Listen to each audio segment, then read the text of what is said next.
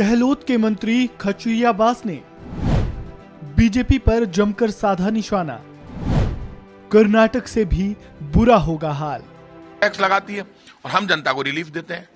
तो ये जनता के हित में जो काम कांग्रेस की सरकार कर रही है, 25 लाख तक का इलाज फ्री है, 100 यूनिट तक बिजली फ्री है, 200 यूनिट तक सरचार्ज वगैरह सब खत्म कर दिया, 1 करोड़ लोगों को बुजुर्ग विकलांग विधवा पेंशन देते हैं, महिलाओं के लिए सैनिटरी पैड फ्री है, बच्चों के 2 यूनिफॉर्म फ्री है, रोडवेज में महिलाओं का 50% किराया लगता है, एग्जाम देने जाने वाले बच्चे फ्री में जाते हैं रोडवेज में।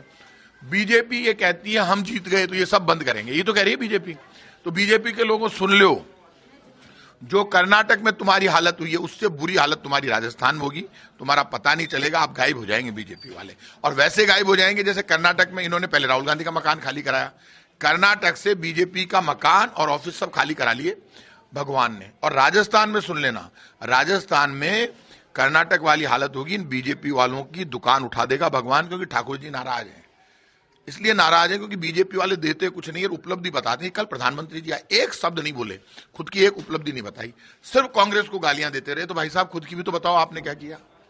प्रताप जी कैबिनेट मंत्री है, काफी दबंग नेताओं में आपका शुमार होता है।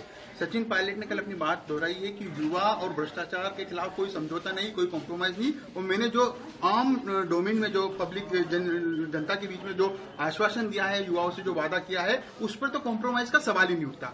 अब इंतजार केवल राज्य सरकार की ओर से कार्रवाई करने का है। देखिए, राजस्थान की सरकार बीजेपी के भ्रष्टाचार को रोकने के लिए जी जान से जुटी हुई है। हम हमारी तरफ से कोई कसर नहीं रखेंगे, और ये मानकर चलना, भ्रष्टाचार, बीजेपी के भ्रष्टाचार के खिलाफ देश में कोई भी लड़ता है तो पूरी कांग्रेस उसकी मदद करती है। क्योंकि बीजेपी के भ्रष्टाचार के खिलाफ अडानी घोटाले पर सबसे पहले राहुल गांधी बोले, उसका बीजेपी को इतना दर्द हुआ, उनकी सदस्यता छीन ली, उनका मकान खाली करा लिया। उनका मकान खाली कराया तो भगवान ने कर्नाटक से बीजेपी वालों का मकान और दुकान खाली करा ली, सारी की सारे ऑफिस खाली करा ली। तो ये भ्रष्टाचार के खिलाफ जो भी कोई बात करता है, बीजेपी के भ्रष्टाचार के खिलाफ, तो कांग्रेस उस हर आवाज के साथ खड़ी है जो बीजेपी के भ्रष्टाचार के खिलाफ बोलता है। तो कांग्रेस तो हमेशा उनके साथ है। मतलब सचिन पायलट जो कह रहे हैं कि अब कार्रवाई होना चाहिए सरकार की तरफ से। देखिए, एक बात सुन लो, इन सब मुद्दों पर मुख्यमंत्री अशोक गहलोत जी बोलेंगे, क्योंकि उनके स्तर का मामला है, ये मेरे स्तर का मामला नहीं है। और ये सब दिल्ली में बात खत्म हो चुकी है।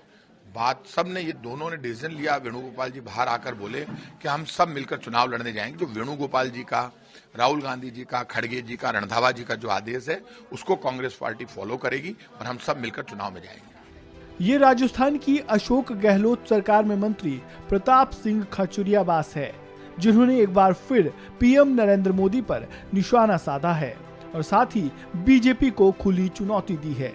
राजस्थान चुनाव से पहले बीजेपी को चुनौती देते हुए खचुरियावास ने कहा कि उनका हाल राजस्थान में भी कर्नाटक से बुरा होगा। इस खबर में फिलहाल इतना ही। ताज़ा अपडेट के लिए बने रहें वन इंडिया हिंदी के साथ।